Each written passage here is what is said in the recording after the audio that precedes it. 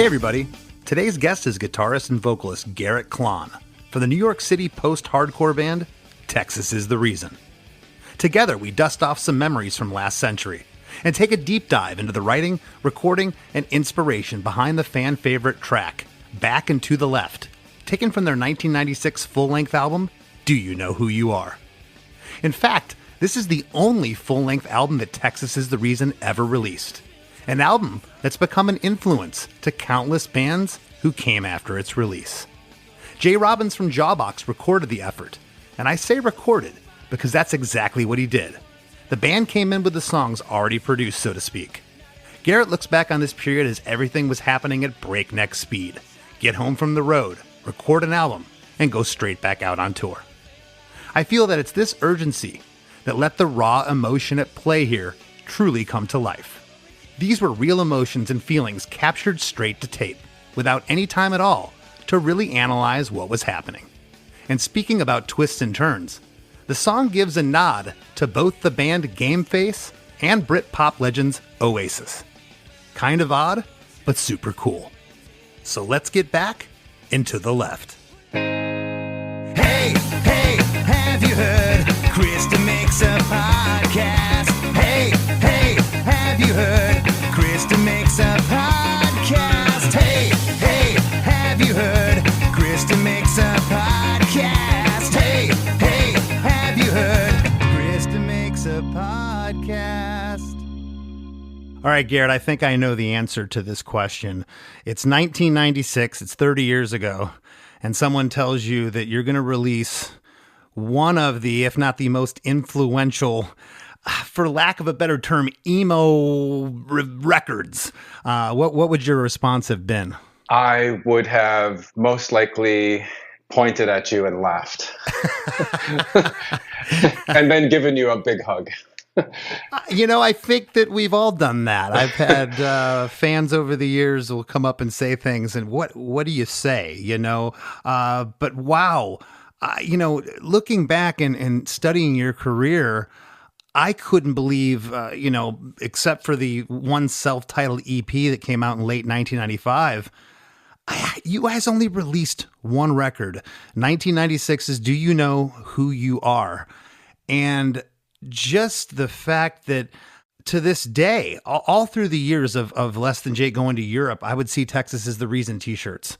I still see them. People still talk about this band, and I'm just excited that you're back dipping your toes in the water a little bit. You're going to be playing Fest this year down in Gainesville in October, and I'm really excited for you guys for that. Of course, that's Less Than Jake's hometown, but talk to me a little bit about this period. I mean, Revelation Records, you put them on the map. Arguably one of their biggest records was this album, but take me back to this time of writing it. Writing that record and kind of creating it rarely took place.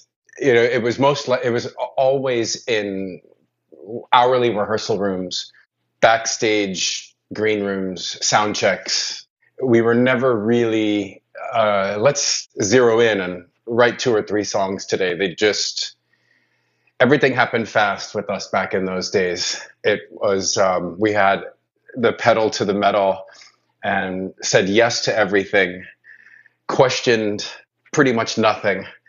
And I have vignettes in my head of certain aspects of those songs becoming songs when they were just a riff, or, to be honest, most of the time we were just jamming to Daly, letting Daly do what Daly does, and writing a riff to whatever he happened to just be, for him, fucking around with.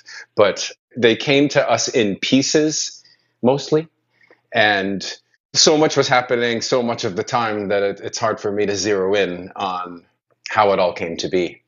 I think you kind of said it. These songs were born from the rehearsal room. A lot of early bands' songs are that. That's what we knew. Certainly none of us had home studios, barely had a 4-track recorder, any of us. So you went and you hashed out your ideas there. Of course, you were talking about the drummer, Chris Daly, who played in this record, also Scott Weingart on bass and Norman Brandon on the guitar. But you can really tell that Chris drove this band. Yeah, still does.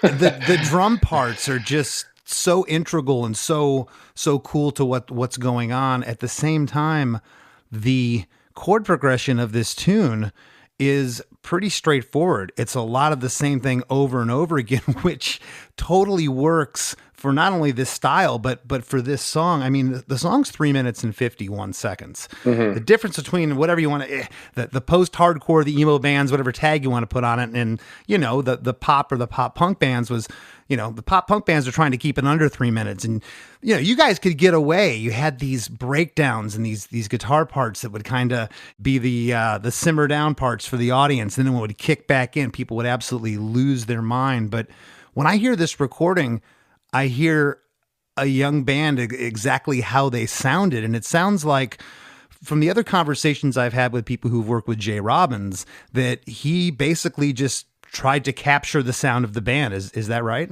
That's exactly right. And it was as close to a representation of what we sounded like on a stage. I can't place it exactly, but I would imagine a week before we went into that studio to record, we were on a stage somewhere playing that song. Jay, just like you said, he just kind of set it up as if it was a show environment, and we just fired through it. And I mean, I would consider that song like the least indie rock song that we have. To me, that's a rock and roll song. I mean, that doesn't really fit into the emo world, in my personal opinion. Right. That's the most straightforward rock song that we have. And these days it's grown into even a more vicious, powerful thing. I'm smiling ear to ear because I watched the live performance when you guys did Reunited in 2012 from Irving Plaza. And I don't know if you remember what you said, but you got up to the mic and you're like, all right, here's one you can dance to. Kind of, I suppose. Yeah. In interpretive dance, maybe. Yeah, right. But, let's talk about all the bands after you guys, the Hot Water Musics, the Get Up Kids. I mean, they all cite you as influences. We can hear that. Yeah, but they were peers, to be fair. We were playing shows with those guys. Sure. Like peers nonetheless, like brothers in arms nonetheless. Right. Oh, absolutely. But those bands, whereas, maybe some of the other bands from that era don't get talked about as much, you guys are still heralded, for what you brought to the scene. We're grateful for that. I think our little kind of the ace up our sleeve is that it was just one record. The bands that you mentioned went on to make many great records and continue to bust their ass.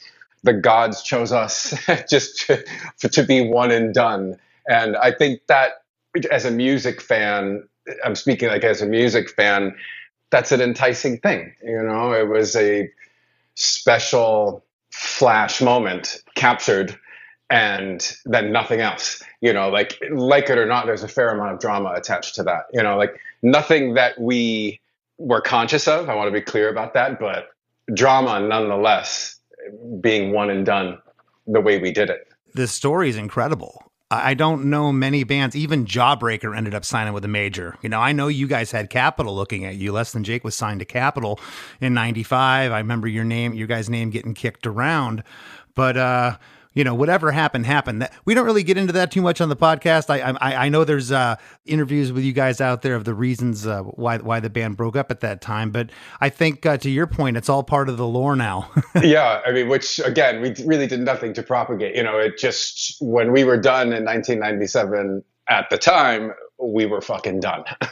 Right. So it just somehow it has just been able to have multiple lifetimes since then. I mean, some propelled by various 10-year reunions. And, when we got back together for our brother John Bunch, when John Bunch passed, it just continued to have this life of its own. And that's something you have to treat with great respect. Again, speaking personally, I don't take any of that shit lightly. And you shouldn't. And it, again, like I said, kind of goes with the whole lore. But, we're going to zero in on Back and to the Left. And do you recall writing this song? Were you guys playing it before you did the record as we would back in the day? We definitely played it before we recorded it. again, a disclaimer that this was 30 years ago, and I've I've been in a lot of studios since then. I've done a lot of shit since then, so bear with me. That's okay. That's why I tried to do most of the homework here, Garrett. Right on, dude. Just like everything else with Texas, recording that record happened in a fucking heartbeat.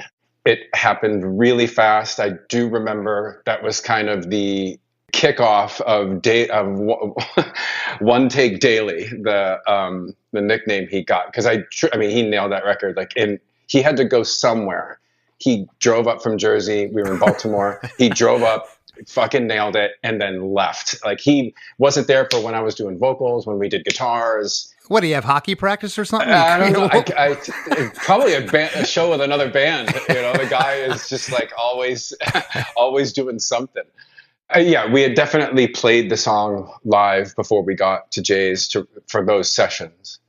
I would imagine that I wrote the majority of the lyrics very shortly before, which is not uncommon for me.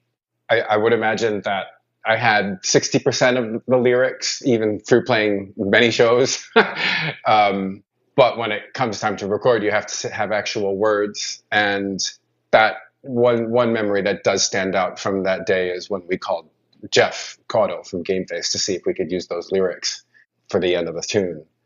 And I remember we did that we were like in the control room. I think it might have just been me and Norman and Jay. Maybe the other, I know Chris wasn't there. Maybe Scoots was there, but I remember asking him, I was like, hey, these lyrics fit. Can I use them? And he's like, oh, of course you can. Oh, okay. So were these from Gameface, the last bit of lyrics? Yeah. I'll always worry about you. I'll always stick up for you. Yeah. That's a Gameface lyric that we had done a tour with them, and you know how it is. I don't have to tell you. You become brothers and you start playing a song or two with them. I used to weave my favorite Promise Ring lyrics or Gameface lyrics into a couple songs here and there just to see if anybody would catch it. And it's a good example because I was probably doing that at the tail end of Back and to the Left before I had before I had settled on what I wanted to say there. And then again, you have Jay Robbins breathing down your neck for lyrics on vocal day. I had to call in a favor, but that song wouldn't be that song without those lines. Yeah, and again, I'm smiling ear to ear because it takes me back to that time period where I remember being so excited about playing songs live that you'd go out and be like, all I have is the chorus. I'm completely I'm completely mumbling the verses. It doesn't matter. Yeah, one trap I've got myself and still do. I'll mumble my way through a part, but then my brain won't let me change the cadence of it. And B, I have to fight to not make my lyrics rhyme with the mumbo jumbo. Do you feel me? Absolutely. Like that's a razor fucking edge to live on, dude. It is. It's a balancing act that no one wants. Nobody wants that gig. I wouldn't wish it on my worst enemy.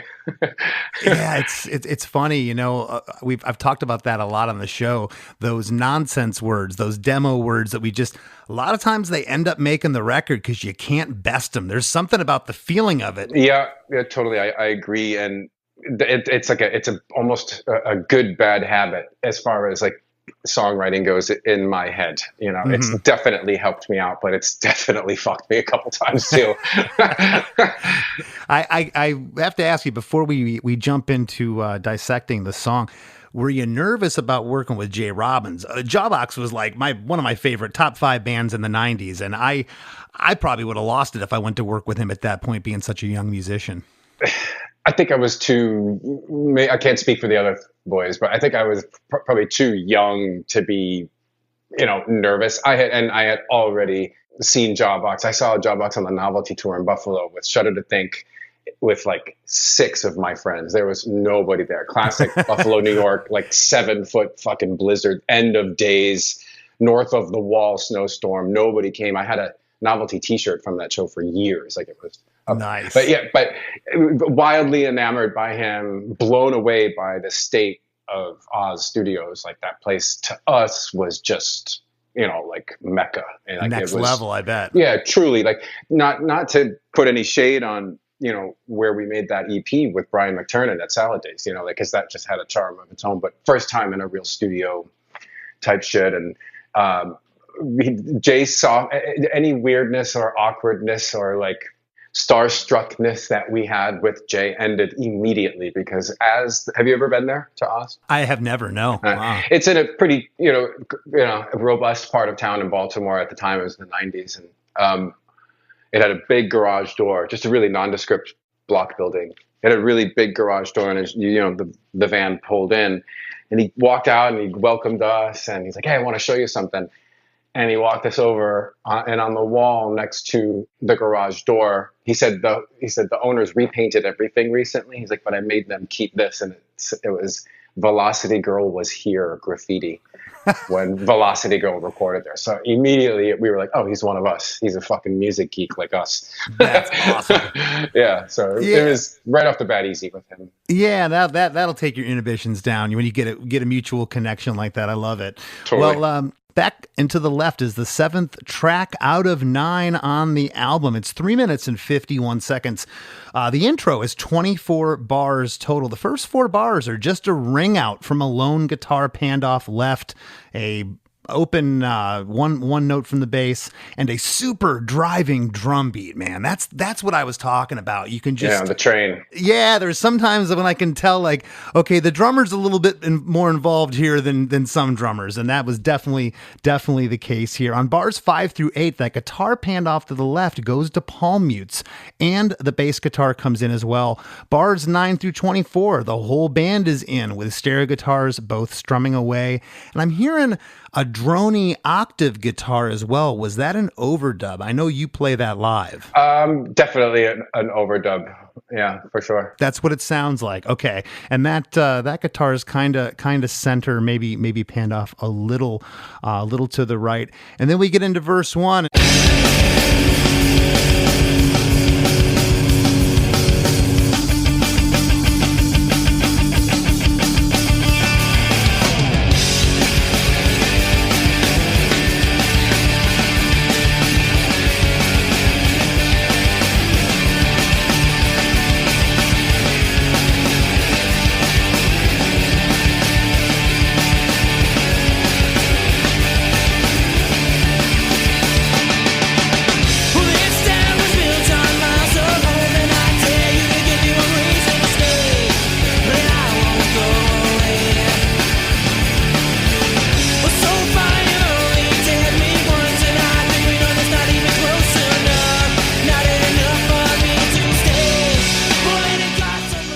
This town was built on miles of hope, and I dare you to give me one reason to stay, and I won't go away. Well, so far you've only dared me once, and I think we know that's not even close enough. Not enough for me to stay. That one's easy. Is it? Oh, yeah, that was easy. That was Buffalo. That was me leaving home. Yeah. It was easy. I had already left Buffalo right after high school. I moved out to Indianapolis, Louisville. I kind of floated around there for a minute, came back to Buffalo before I made the jump to New York City. And it just wasn't, I had gotten a taste of what the kind of life that I thought I was going to lead. Cause I made connections with the guys in Split Lip and Endpoint in Indianapolis and Louisville. And they were just doing things differently. They were really busting their ass and really doing whatever they could to play shows and go on tour. So when I got back to Buffalo, I just had realized it was time to go. And I had already been in correspondence with Norm at that time via snail mail. And I had already met Chris. So yeah, that was just my way of saying, it's time for me to get out of here. I love the line, and I dare you to give me one reason to stay. Yeah, I mean, it's tempting to stay. It's tempting to stay in your hometown, Yeah. And, again, it's zero shade on Buffalo because that's my home. Yeah, but also when you're young, I think we all have that longing to get out, especially then. You couldn't open up your device and find out what the latest fashion was in France, or at the snap of a finger. Life was different then. There was a whole world out there that we had no idea about. Yeah. I totally agree. Well, I got a couple cool things in verse 1. The stereo guitars, bass, octave guitar, and drums are all in here. The drums going from a straightforward beat to your point earlier, kind of straightforward, but it switches off at the back half of each line to that driving beat, which that driving beat is the pulse of the song. You know, dun dun dun dun. What he's doing, that's the heartbeat of what's going on here. The last line, not enough for me to stay. The last bar of verse 1, the band goes halftime, but on the downbeat of chorus 1 comes in when the lyrics come in. I think that's really cool and probably something you guys at that point didn't even think of. No, not even a little bit, probably. Yeah, and I think I know the answer to this too, but, did Jay have any suggestions like, hey guys, maybe we should cut this part here, or was he just trying to capture you, Steve Albini style, how you guys sounded, what it was? I think it was more of the latter. We had, as kind of young and inexperienced as we were at the time, and to be fair, Scott, Chris, and Norman were far more accomplished musicians than me at that time. So they had their shit together, their chops, and they had already been doing things.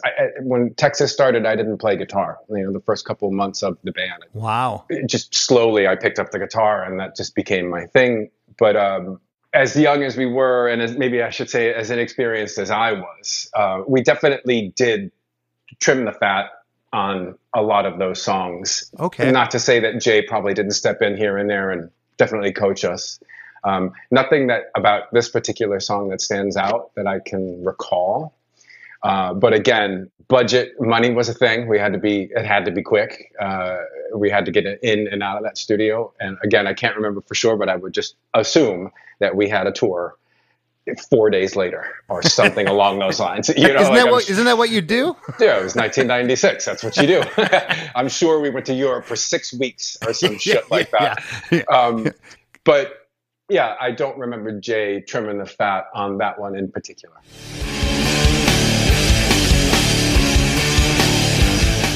Hey everybody, don't go anywhere. We got lots more coming up with Garrett after a few words from our sponsors.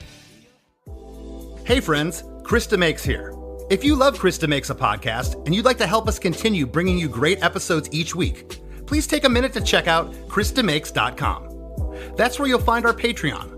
Our Patreon supporters get instant access to hundreds of episodes of The After Party, our weekly bonus episode that people have raved to us about for years. You can also get ad-free, early releases of each week's episode of Chris DeMakes a podcast, as well as unedited video versions of the show.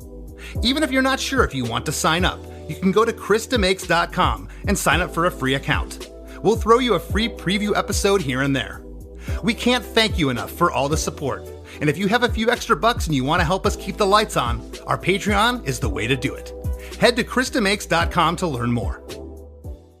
August is the perfect time to hit the reset button before the fall begins. And I can't think of a better place to start than my closet. That's why I love shopping at Quince. Quince is all about fewer, better pieces of clothing.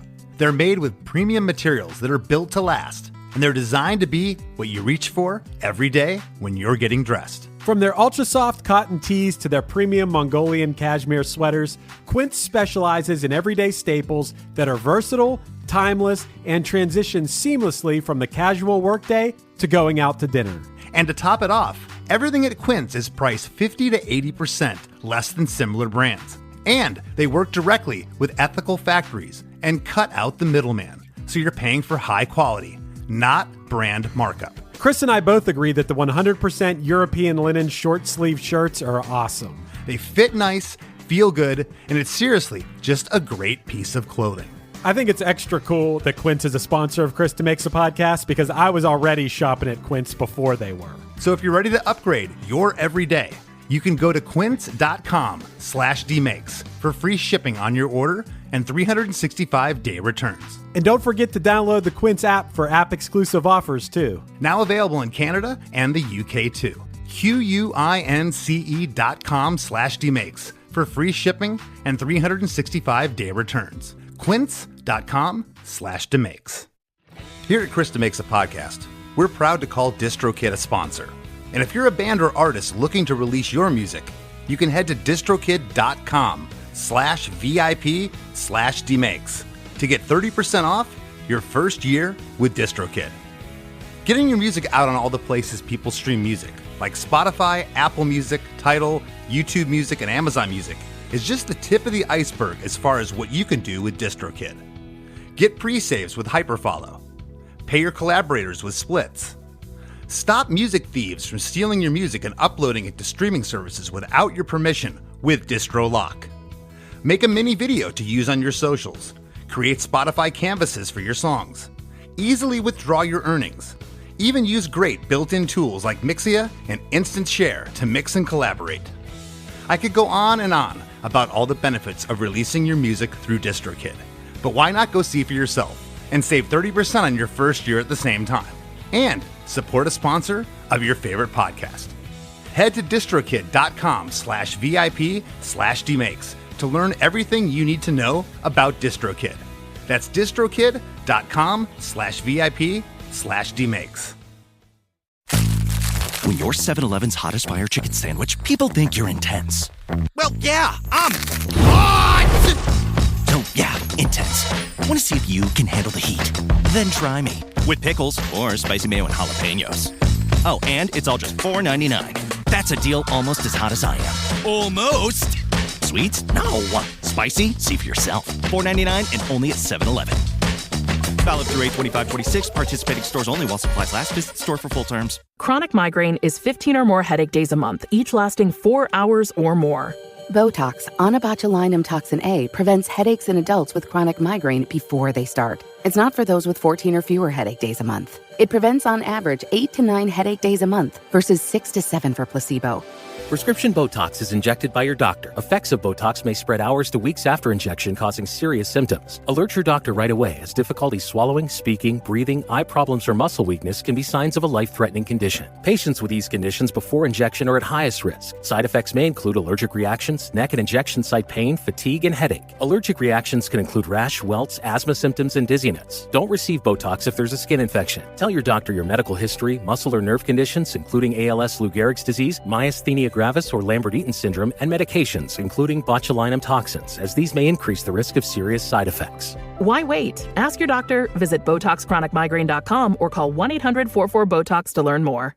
Tomorrow morning is knocking. Stock your fridge now. How about a creamy mocha frappuccino drink? Or a sweet vanilla? Smooth caramel maybe? Or a white chocolate mocha? Whichever you choose, delicious coffee awaits. Find Starbucks Frappuccino drinks wherever you buy your groceries. At ZocDoc, we know being a healthy adult is like living in a video game. Every day has side quests, taxes, laundry, birthdays. And just when you're leveling up, you have to book a doctor. The insurance portal crashes. They put you on hold. Your doctor doesn't take your plan. Game over. We see you, so we made booking a doctor easy. Download ZocDoc. Search by specialty, insurance, and availability. Book instantly. No cheat codes required. Find a doctor you love with ZocDoc.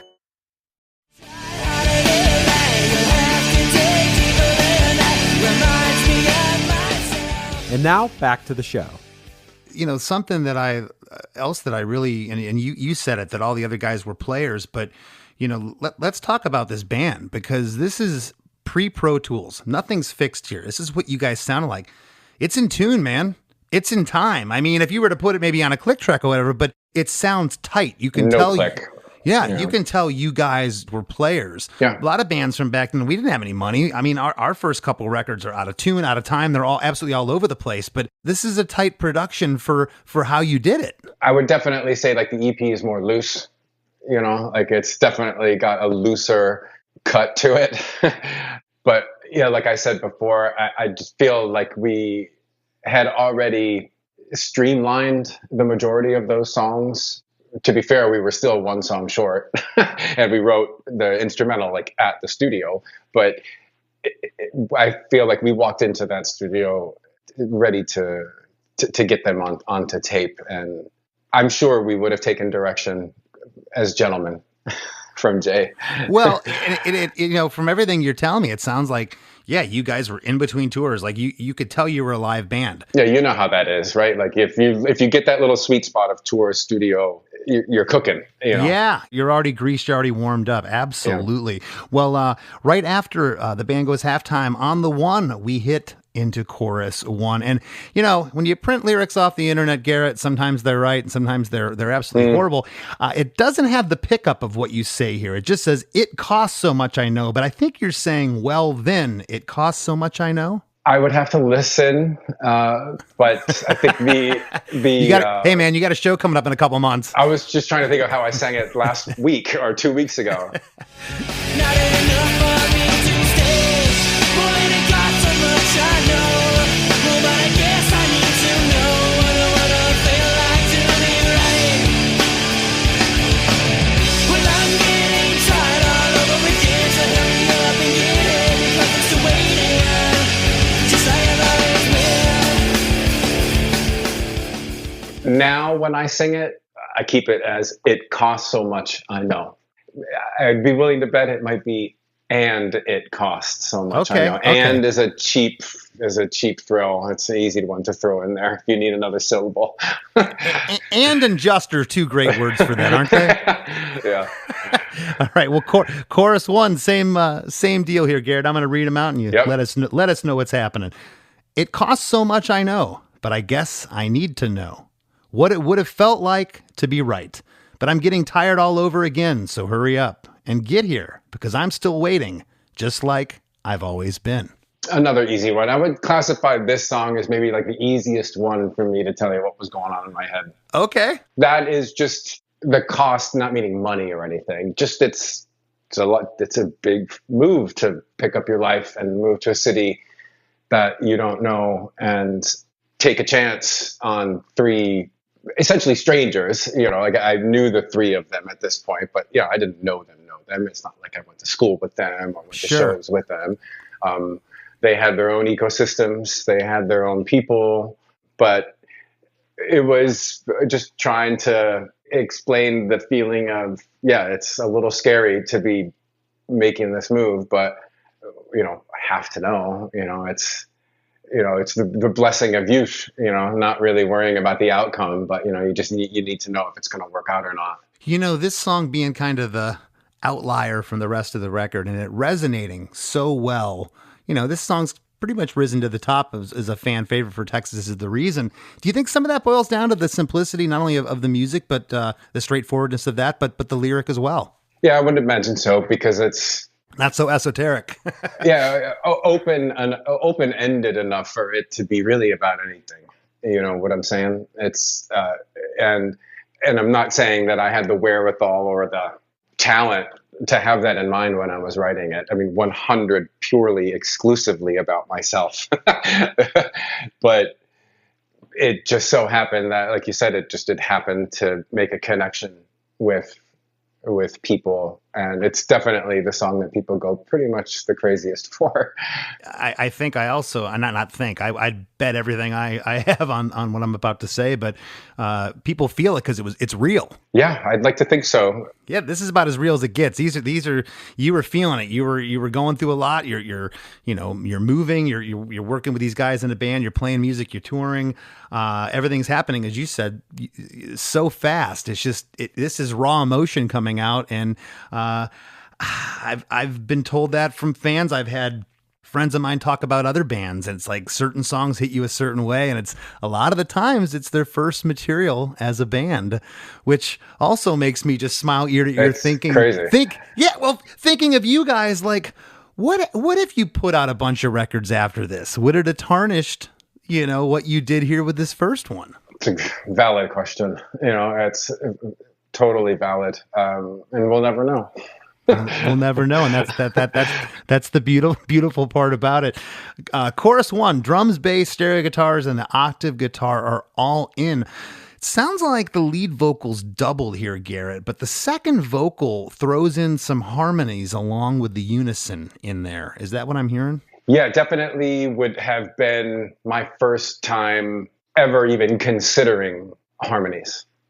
I think at that time I had finally made the turn into kind of the trenches of mid-level Britpop, and way more melodic stuff that kind of opened my ears up to being able to not just have it be one vocal line. Well, if this is a first stab, and whether or not you're downplaying your abilities at that point, it's a pretty good first stab. I mean, it's not like out of tune and dissonant. I mean, it's you guys recorded straight to tape. This sounds pretty darn good. Yeah, I would attribute a lot of, like, speaking about the vocals and the recording. I would attribute a lot of that to Jay. Jay definitely, again, it's a little foggy, but I do remember having just at least a full day, maybe 2 full days with just Jay and I, just doing vocals. And again, it was also, it was the first time that I'd been in recording studios before, but the majority of them in parents' basements, which are all gold, don't get me wrong, but it definitely opened my head up to, what else was possible. And that those moments of, because the live room at Oz is really big. It's kind of a big cavernous kind of barn-ish looking thing. But the vocal booth was kind of mobile and on wheels, dead center. So, I could see Jay, and I do remember him, encouraging me to take chances. And there's a couple songs on that record that I definitely took a lot of chances. Yeah, that's great though. I love when a producer is as restrained as he was, what he did get through to you sounds like it did push you, to get some better performances out. After chorus 1, we go into a 4-bar re-intro, pretty much identical to the top of the song. That guitar panned off left is ringing out again. And then we get into verse 2.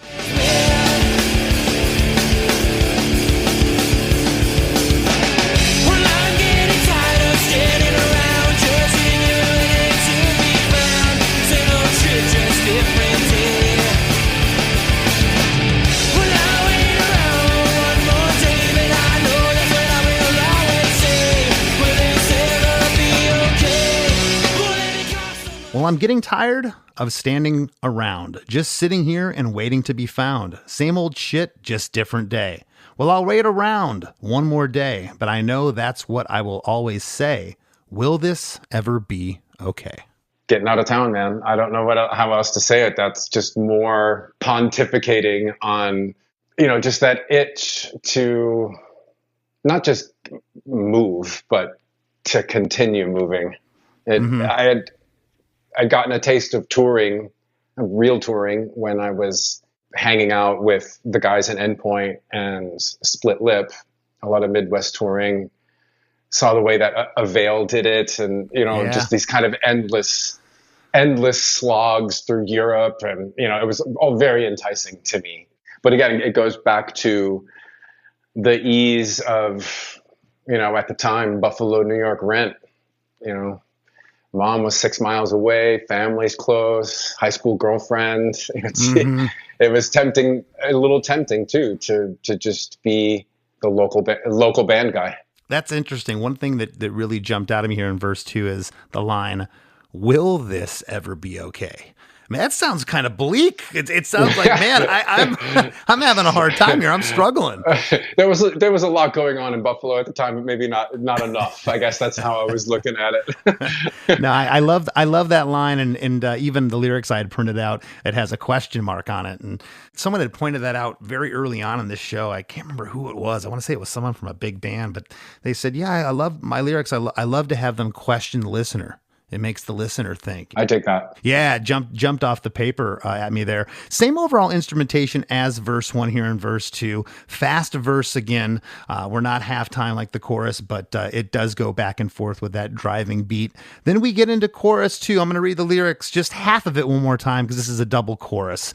And I'm reading them again because this is the last chorus. That's how we did things in the 90s. You give them 2 choruses at the end, we'll give them a tag of something unrelated. But in this case, it's got a game face lyric, which is pretty cool. Chorus 2.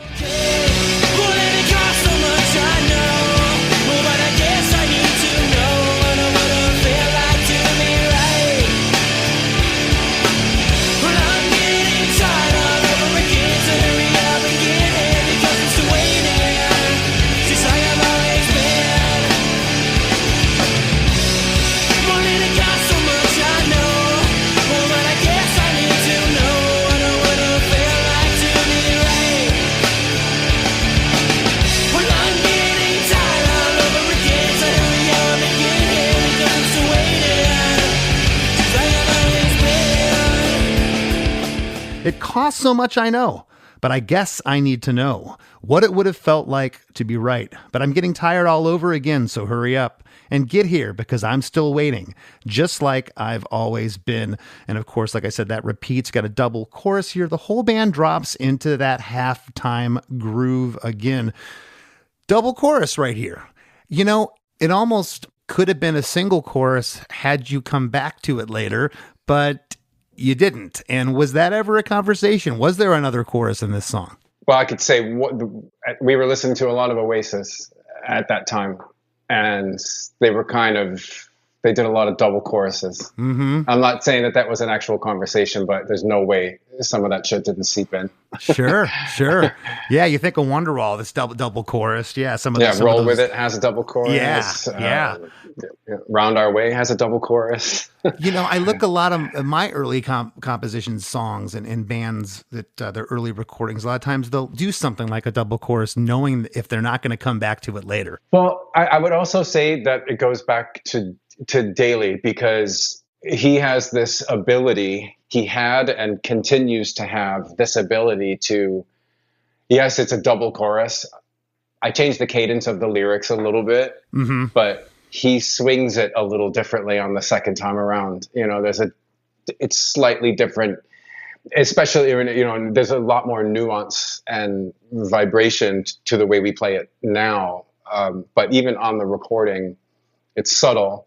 But to us, the chorus was here, and then it went here, for the second time around. And it was all to bring us to that middle part, that middle kind of chill part. Well, we are there now. We get an 8-bar reintro, followed by what I'm calling an instrumental bridge until we get to some lyrics later. The drums continue with that tight, driving staccato groove for 16 bars. The guitar panned off left is playing a dark, arpeggiated part. That guitar part's awesome. It fills up a room. It definitely stands out. It's like a call to arms. Yeah, it's dark as hell, but it's pretty, if that makes sense. Totally. That's Texas is the reason. Yeah. Yeah, it shouldn't be that pretty with how dark how dark the cadence of that is. It's awesome.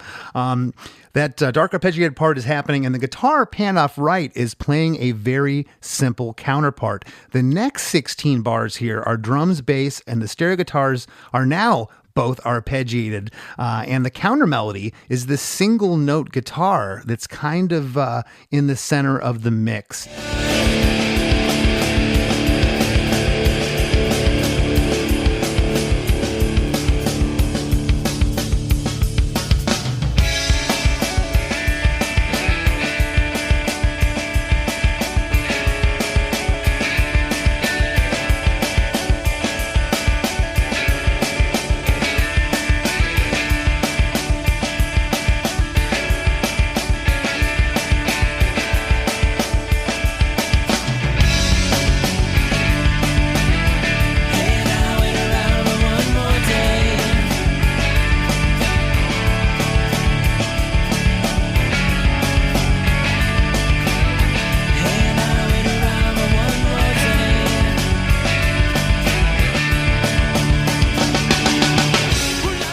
Hey Now will be around for one more day. Wrong. Hey Now. Is that wrong? Wrong. What is it? What is it supposed to be? And I'll wait around for one more day. And I'll wait around for one more day. So that's repeated twice. Correct. Okay. Darn internet. And I don't know how I didn't pick up on that. Hey, the internet is right sometimes, and it's wrong sometimes. And it failed me horrifically here in the Texas is the Reason episode. Coming right out of that, we get what I'm calling the verse 3 tag, outro tag. It's played over the verse progression, drums, bass, stereo guitars, and that octave guitar. And you're telling me about this Game Face lyric that you asked to borrow, and what was the inspiration behind that, besides the fact that you loved the lyric? Like, did you just think you got to this point in the song, you're like, I need lyrics, this would be perfect for it? Well, I since the beginning of the conversation, I did remember, like, I was singing those words during the last part of Back and to the Left on stage by the time we finished that Game Face tour with them. So I think it just became part of the song, and I'm not sure if it was something I even, if it was ever talked about with Jeff on that tour, just little things that you do, right? Yeah. But, putting it down onto tape forever required a phone call. Yeah, and none of us would have cared back then. We'd just been stoked our bro and the band wanted to use one of our lyrics and been like, yeah, whatever, man. Totally. Yeah. Was it a placeholder when you were playing it before you recorded it? Meaning, was it like just something there, like when we do demos? Was it something to hold, or did you kind of feel like this has to be it? I would say that I was just singing gibberish until I picked up on those lyrics from that Game Face song, which I probably heard them play in like Tulsa on a Tuesday or some shit, like in the middle of that tour. And then they just became part of the song. It makes total sense though, because I can't tell you how many times we toured with bands, especially in the early days, where like all of a sudden I'd be writing a song like, oh, that kind of sounds like that band. It just happened. Yeah. You said Oasis. It doesn't matter. It's whatever you're immersed in. Exactly. Totally. And, it's definitely, an homage, because it's, we love those guys, and it was a dreamscape tour, of course, like all the highs, all the lows, the drama, the fun. It was everything you wanted a tour to be. So it's, when I sing it every night and the good people sing it right back to me, it's a good feeling that it's a shared statement, like it's not really mine. It was Jeff, but it became ours. It's just a weird circle.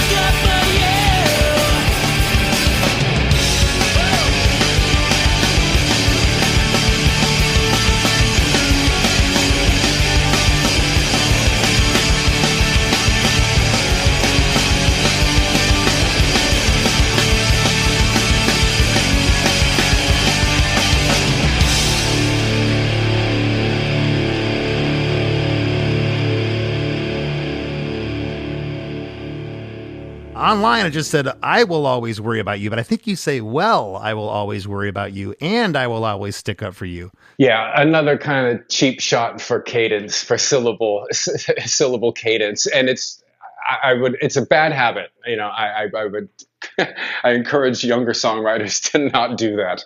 It's a bad habit, and you get stuck, and it becomes an easy little fixer.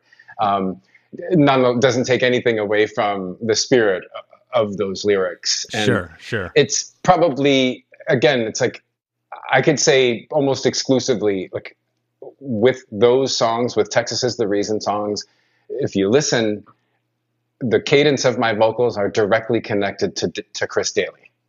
And if there's anything you like about it, it's because I'm singing to the drums. That's so wild, man. We're over 300 episodes here. I've never heard a singer say that. That's so cool. And I would I'd have to listen to it, the recording, but I would imagine there's a drum beat on that well, or there's a tom hit on that and. Yeah. There's something there that, I was blessed as a young man in my first band with, I want to give John Salemi a shout out. He's the current lead guitar player for Snapcase, but back in the glory days, he was a drummer. I was blessed by being in a band with a drummer that was like a songwriter. He didn't know he was a songwriter yet, but he taught me without teaching. We were 16 years old. But he showed me the way that I do my thing. It's to the drums, like everything to the drums, and everything else can go around it. And I was blessed to be able to do that same thing with Chris. And still am. That is so cool. I mean, I've said for the longest time why rap works so well. It's drums and vocals. It's a beat and vocals, man. And if you reggae too. Yeah. Reggae and dub too, man. Yeah, and if you can lock in, and those two are gelling together, you got yourself You're golden. something. Yeah. So we repeat that twice. I will always worry about you. I will always stick up for you. And then there's something at the end here. There's a woo that happens, and it seems almost out of place on a Texas is the Reason record. But was that off the cuff that Jay just left it in there when he was mixing it, or did you mean to do that? I don't remember doing it, but I would say that I move around a lot, and I would imagine I moved around a lot more 30 years ago. I still do, but even in a recording studio setting, like doing vocals, I'm mobile for whatever reason, much to the chagrin of fucking sound engineers across the world. Yeah. But I would imagine it was a mix of exuberance and, I gotta say it, Oasis. I'm trying to think of the song.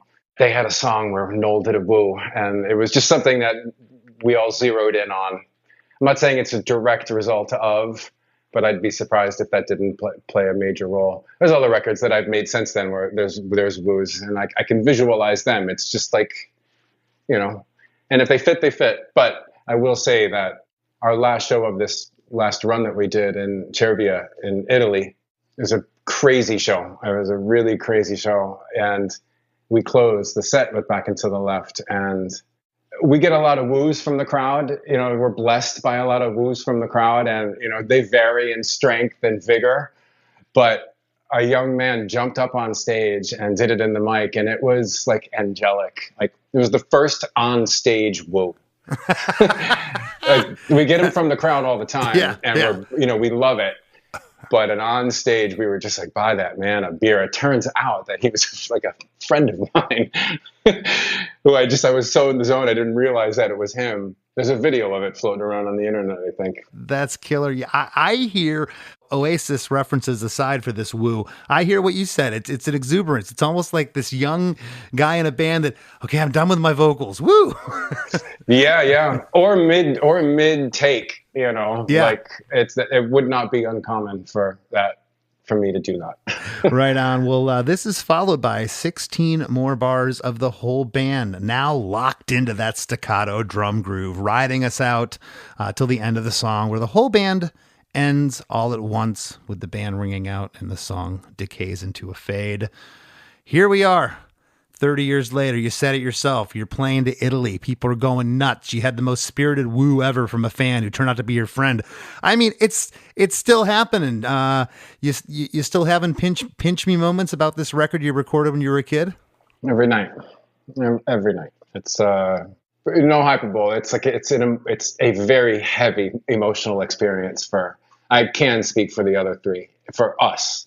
Yeah. And we kind of backed ourselves into a kind of the dramatic emo band corner. We exist in that little ether. I mean, yes, there's more joy and euphoric moments in our set than ever.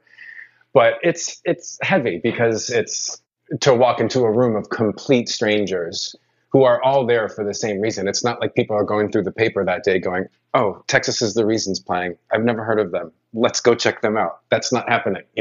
Anybody in that room knows those songs. Either they've had them for 30 years or or their uncle, their cool uncle, or like that kick-ass aunt dropped a bomb on them. And now that's why there's teenagers in the front row of our shows, like knowing every twist and turn of these songs, every ad-lib vocal that I do. It's a trip. So it's like whether we like it or not, it is a very emotional experience for us, and we don't take any of it lightly. Yeah, well, it should be, man. I'm happy and I'm proud of you guys. I think Thanks, dude. I think that's so cool that all these years later, I get the same feelings playing, the songs from my band all these years. I can't imagine what it would feel like though if I didn't do it for so long and this bubble kept happening and then all of a sudden it came, because I can't tell you how grateful, I'm more grateful now in my career than I've ever been. None of us had a crystal ball that this was going to still be going on. And to your point, the aunts and the uncles have passed it down to the next generation, and it keeps going. I kind of let the cat out of the bag at the top here, talking about the fest. You guys are going to have a ball down there, and they're going to go absolutely bonkers when you guys hit the stage. I hope so, man. Yeah, we're the fest freshmen. A bunch of our friends are like, this is the oldest looking bunch of freshmen I've ever seen. But yeah, you guys are like Rodney Dangerfield in Back to School. I made that exact. I actually sent the meme of him doing a triple Lindy. I was like, it's gonna be me going on stage. I actually got to watch Back to School again. Yeah, man, it's a trip. We've got such a deep connection to. We didn't play Florida that much, but they were like. Again, a lot of stuff is foggy for whatever reason. Our Florida times, there's some pretty crazy Florida times that Texas Is the Reason had. And we only went there like twice. We drink a lot down there to forget we live there, Garrett. I've got people in Florida. I've got good people in Florida. Shout out Lakeland. Shout out Safety Harbor. But yeah, we're so stoked. And it's been 30 years, and I'm sure we played some small, low-ceilinged, beautiful golden venue last time, and now it's going to be under the lights at Fest. I honestly don't even know what to expect. So I'm just going to be excited either way. It's 6,000 punk rockers converge in downtown Gainesville and rage for 3 days. Right on. So right on. That's what it's one of the coolest festivals ever. And my buddy Tony started it 20 years ago, and I'm right on, man. Super proud of him. And besides Fest, anything else you'd like to let everybody know before we break here? Well, we're just there's more to come. We're going to be supporting Turnstile in September. I love that. Yeah, man. And we're going to do a run. We're going to do a show with Jimmy Eat World in the fall in Nashville. And we're working on some other cool stuff overseas. And hopefully a New York City show, man. I would love to play New York again. We did it last year in December. In my head, I kind of see it becoming a thing that we do in December, kind of curate a little mini festival type thing with, basically it's all a ploy to get Hoover back together, which will never happen. But we just hope to continue celebrating these songs as often as they'll have us. As you should, my friend. Well, thank you so much for sitting in. I really appreciate it, Garrett. Thank you, Chris. Thank you, man, for having me.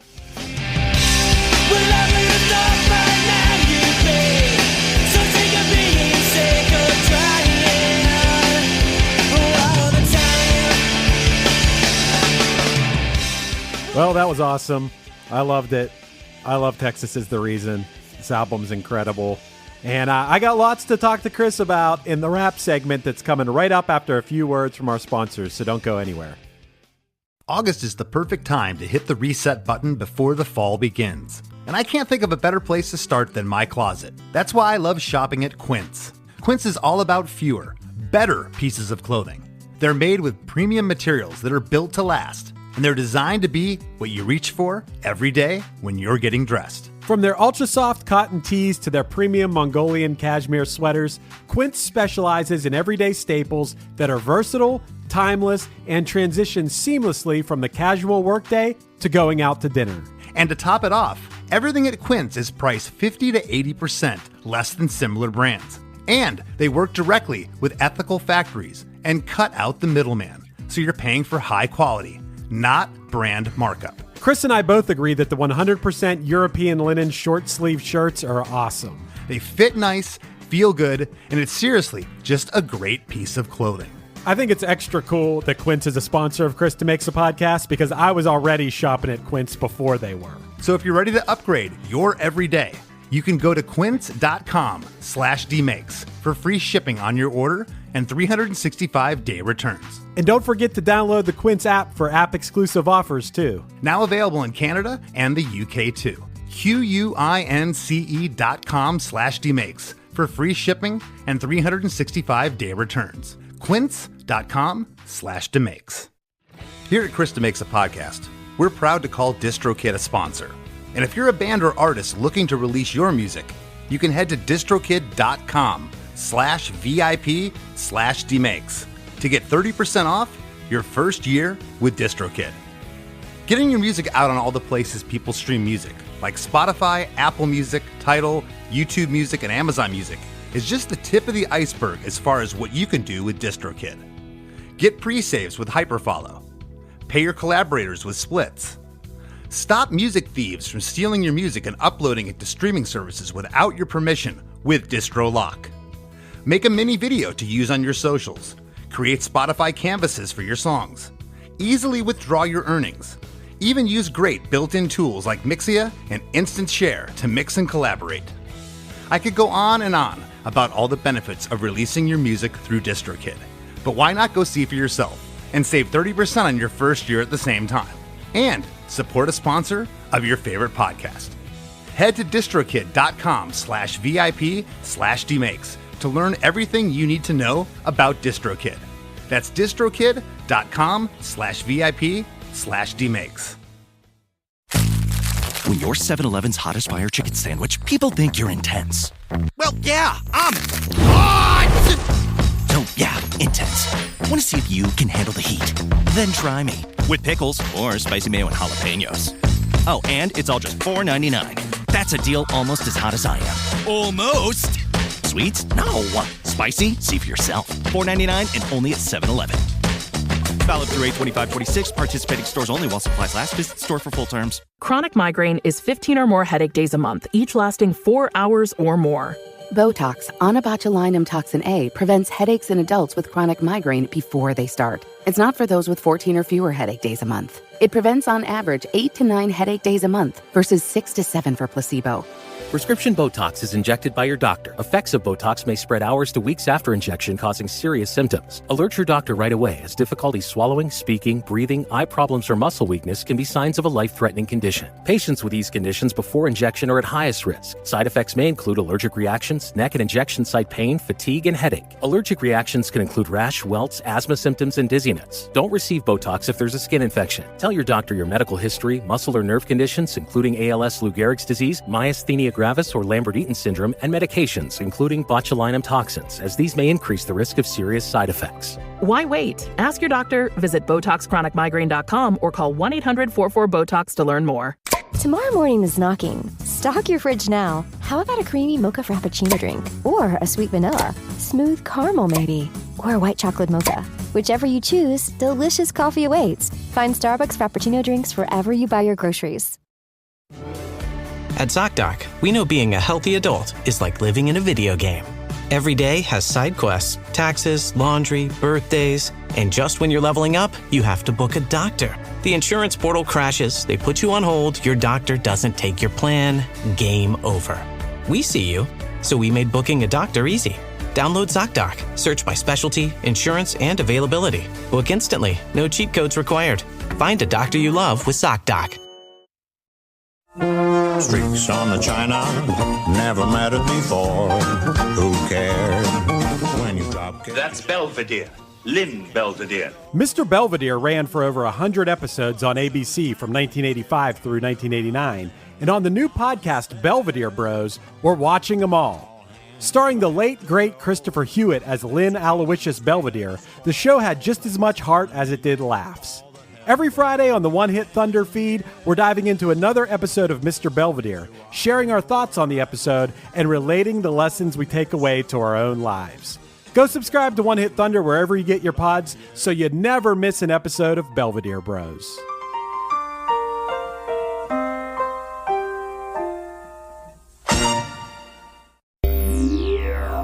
The Wrap with Chris and Chris.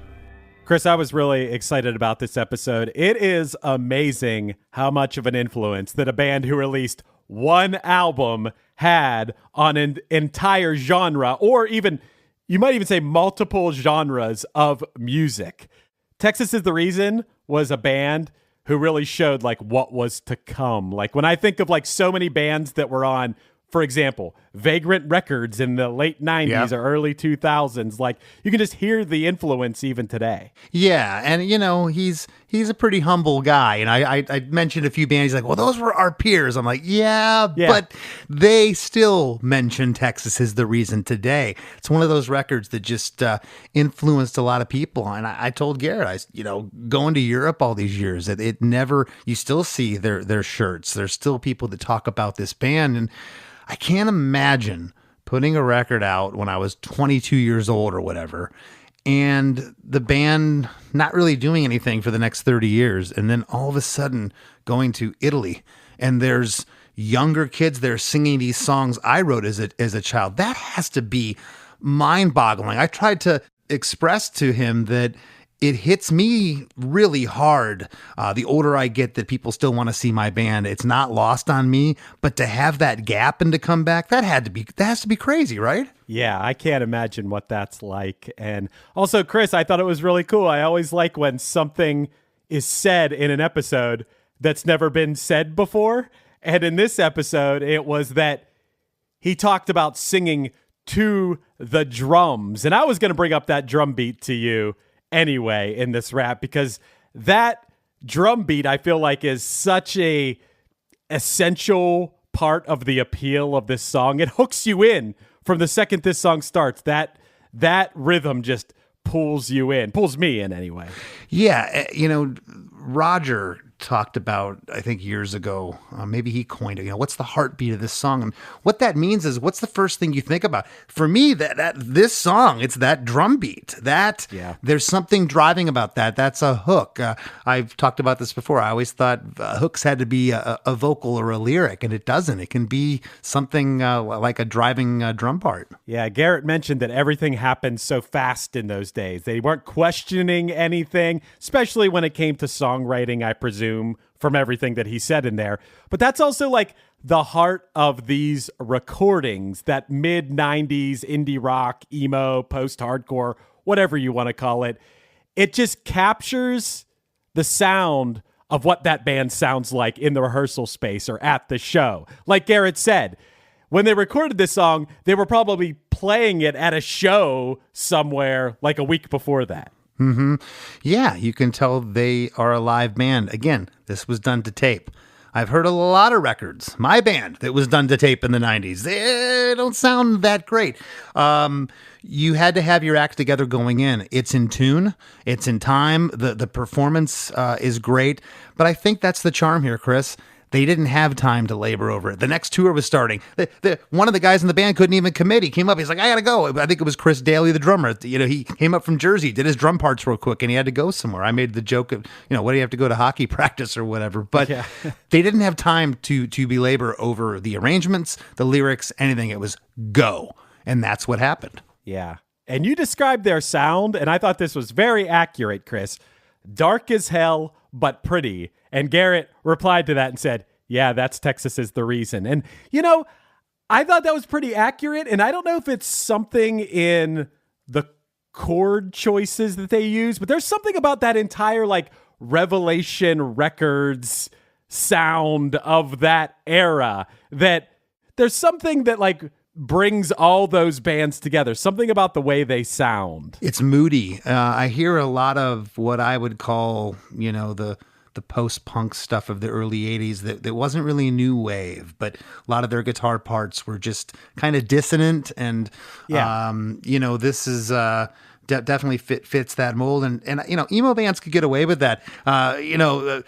Punk bands, ska bands, we were afraid of too long of a breakdown. We don't want to lose anybody, It's funny now that you say that. I think what it might be is a certain dissonance in the music with pop hooks still over top of that, if that makes sense. There's still something very catchy about the vocal melodies, even if there is a sort of ugliness, not ugliness in a bad way, ugliness in a cool way to the sound of the music. Yeah. And it's, that juxtaposition that I've always loved. I've always kind of geeked out on, wow, this is so pretty, but yet it has this thing that's taking you away from that prettiness. And that's such a cool thing. It's so funny also. I would have never guessed that Oasis was such a big influence on Texas Is the Reason. I did not hear that in the music at all, but he cited them several times in this episode. Yeah, I get the game face thing at the end. You know, it's an homage to your bros that you're on the road with, and I think that's super cool. But Oasis was a little left of center. I really want to do a game face episode, by the way. They have this, I don't know how much you know of their music, but they have this really awesome song called Home that I always really liked. It was the last track on what I think was like a popular album from them in the late 90s or something. But I would love to do a game face episode because I actually... At some point, Punchline played a show with them, and I think I might have told you this. I feel like we caught them on like a bad night, or they were like real tired, not in their performance, but just like when I tried to talk to them backstage, I felt like they might have just been like kind of out of it at the moment or something. But I feel like I tried to be like, hey, I love your band, and they're kind of like, okay. Yeah, well, they found out you just signed a few by Ramen. They thought you were sellouts. Yeah, I don't know what it was, but I love their music, and I didn't even realize that was a game face lyric at the end of there. But that's so cool when bands that are like touring buddies like cite each other in their music. I love that kind of stuff. Yeah, and I'm sure you know this, where songs bleed over. Heck, it happened to you guys not too long ago, and it was 20 years after the fact, or however long, where Patrick Stump decides to play Heart Transplant at a show. You know, like sure. He lived that song, and I know what that's like to be on the road. I have songs from, Snuff, for instance, that no one's ever heard of that mean more to me than anything. It's because I lived those songs night after night, and those memories run deep. Speaking of memories, if you want the show to keep going, to give you more memories, go over to ChrisDeMakes.com. That's where our Patreon's at. You can help keep the lights on. And I want to thank this week's guest, Garrett Klahn, for sitting in the hot seat. And we'll see you next week. Hey, friends. Have you been loving Chris DeMakes a podcast? Well, spread the love by leaving a 5-star review on Apple Podcasts and Spotify. Don't hesitate to share what you enjoy about the show in an actual written review on Apple Podcasts. Not only does it help more people discover us, but we often read reviews in the rap segment of the show. It's a quick, cost-free way to support us and takes just a minute of your time. Your reviews mean the world to us and help us keep the podcast thriving. Thank you for being a listener, and thank you for being a friend. Ouch. This knee is killing me, but I can't stop training. The marathon is in 2 weeks. Let's get on ZocDoc and find a doctor to take a look at that for you. Okay. Here's a review. Dr. Craddock really takes his time. No, I don't have time. What about Dr. Charles? His patients say he can help find a quick fix, and he's in network. Great, now we're talking. Book it. Booked. 1 mile down, 19 to go. Bring it on. You've got options. Download the ZocDoc app today. Close your eyes, exhale, feel your body relax, and let go of whatever you're carrying today. Well, I'm letting go of the worry that I wouldn't get my new contacts in time for this class. I got them delivered free from 1-800-CONTACTS. Oh my gosh, they're so fast. And breathe. Oh, sorry. I almost couldn't breathe when I saw the discount they gave me on my first order. Oh, sorry. Namaste. Visit 1-800-CONTACTS.com today to save on your first order. 1-800-CONTACTS.